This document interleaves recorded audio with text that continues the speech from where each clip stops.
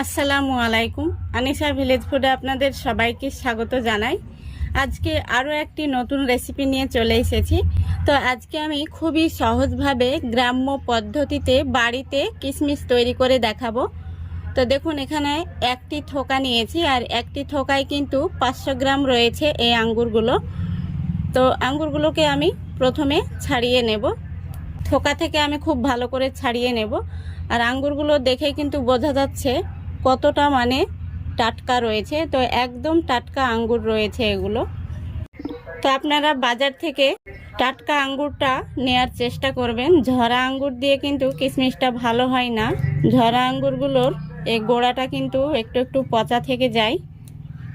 আর এভাবে টাটকা আঙ্গুর নিলে কিন্তু একটাও পচা বের হবে না, আর খুবই সুন্দরভাবে কিন্তু কিশমিশগুলো তৈরি হবে। আর বন্ধুরা, এখন কিন্তু বাজারে অ্যাভেলেবল আঙ্গুর পাওয়া যাচ্ছে। তো আপনারা দোকান থেকে না কিনে খুবই সহজভাবে বাড়িতেই কিন্তু কিশমিশ বানিয়ে নিতে পারবেন। তো দেখুন, সবগুলো আঙ্গুর ছাড়িয়ে নিয়েছি। এবার আঙ্গুরগুলোকে আমি একটি মিক্সিং বোলে নিয়ে নিচ্ছি। এবার জল দিয়ে খুব ভালো করে আঙ্গুরগুলোকে ধুয়ে নেব।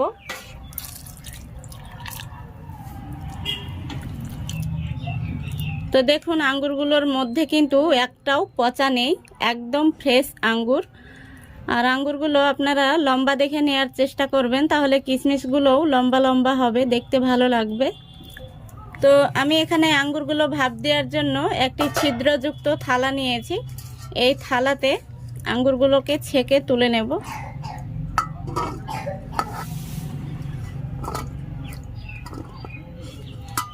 তো আপনারা যে কোনো ছিদ্রযুক্ত পাত্র নিলেই হবে, তাতে করেই ভাপ দেওয়া হবে।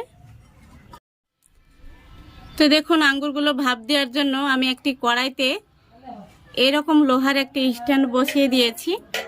এবার আমি দিয়ে দেব এখানে 2 গ্লাস মতো জল। এবার আমি গ্যাসটা অন করে দিয়েছি আর একদম হাই ফ্লেমে দিয়েছি। এবার ঢাকা দিয়ে জলটাকে খুব ভালো করে ফুটিয়ে নেব। তো দেখুন বন্ধুরা, জলটা খুব ভালো মতো ফুটে গেছে। এবার আমি গ্যাসের ফ্লেমটা মিডিয়ামে রেখে এই আঙ্গুরের থালাটা বসিয়ে দিচ্ছি। তারপরে ঢাকা দিয়ে আমি 5 থেকে 7 মিনিট মতো জাল করে নেব। তো লক্ষ্য রাখতে হবে আঙ্গুরগুলো যেন খুব বেশি সেদ্ধ না হয়ে যায়। তো দেখুন, 5 থেকে 7 মিনিট পরে ফিরে আসছি। আঙ্গুরগুলোর কিন্তু কালারটাও চেঞ্জ হয়ে গেছে। এবার আমি গ্যাসটা অফ করে দিচ্ছি আর থালাটাকে নামিয়ে নেব। তো আঙ্গুরগুলো কিন্তু খুব বেশি সেদ্ধ হবে না, জাস্ট একটু নরম নরম হবে। এই দেখুন। তো বন্ধুরা, আঙ্গুরগুলোকে আমি একটি কুলোর মধ্যে ঢেলে নিয়েছি। তো কিশমিশ বানাতে গেলে দুটো টিপস ফলো করতে হবে, আঙ্গুরগুলো যাতে বেশি সেদ্ধ না হয়ে যায়, এদিকে একটি। আর একটি হচ্ছে আঙ্গুরগুলো মেলে দেওয়ার সময় একটির সঙ্গে আরও একটি যেন লেগে না থাকে। তো এইভাবে একটি একটি করে ফাঁকা ফাঁকা করে পুরো কুলোটাতে আমি ছড়িয়ে দেব। তো এই দুটো টিপস ফলো করলে কিশমিশগুলো কিন্তু একদম দোকানের মতো পারফেক্ট তৈরি হবে।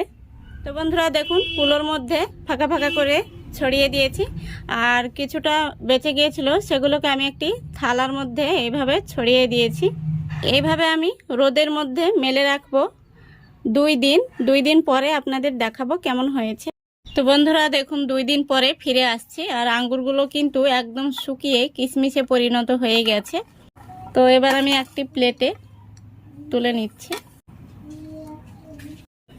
তো দেখুন, একদম দোকানের মতোই হয়েছে কিশমিশগুলো। আর কত সহজেই কিন্তু বাড়িতে তৈরি করা হয়ে গেল। তো আপনারাও বাজার থেকে না কিনে, এখন কিন্তু বাজারে অ্যাভেলেবল আঙ্গুর পাওয়া যাচ্ছে। তো বাড়িতে এইভাবে আপনারা কিশমিশ তৈরি করে নিতে পারবেন। আর এরকম একটি এয়ারটাইট কৌটো নিয়ে কৌটোর মধ্যে ভরে আপনারা অনেক দিন পর্যন্ত সংরক্ষণ করেও রাখতে পারবেন। যখন ইচ্ছা আপনারা যে কোনো খাবারে পরিবেশন করতে পারবেন। তো আজকের রেসিপিটা ভালো লাগলে অবশ্যই লাইক, কমেন্ট, শেয়ার করবেন এবং চ্যানেলটিকে সাবস্ক্রাইব করে পাশে থাকবেন। আজকের মতো এখানেই বিদায় নিচ্ছি। ভালো থাকবেন, সুস্থ থাকবেন। খোদা হাফেজ।